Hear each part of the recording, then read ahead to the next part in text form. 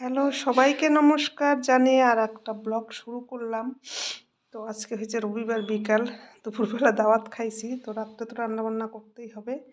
চাইলে গতকাল রান্নাবান্না করে রাখতে পারতাম, কিন্তু বাসি হয়ে গেলে স্বাদ লাগে না, আর ফ্রিজে রাখলে তরকারি আরোই স্বাদ লাগে না।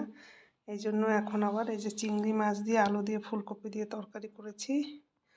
এখানে বকলি ফুলকপিতে দিয়েছিলাম, ছেলে খায় না বলে বকলি তুলে নিছি আগের থেকে।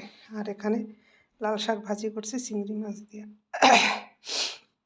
আর ওইখানে দেখতেই পাচ্ছেন ভাত আছে গরম গরম। তো এই আজকের মেনু, ঠিক আছে।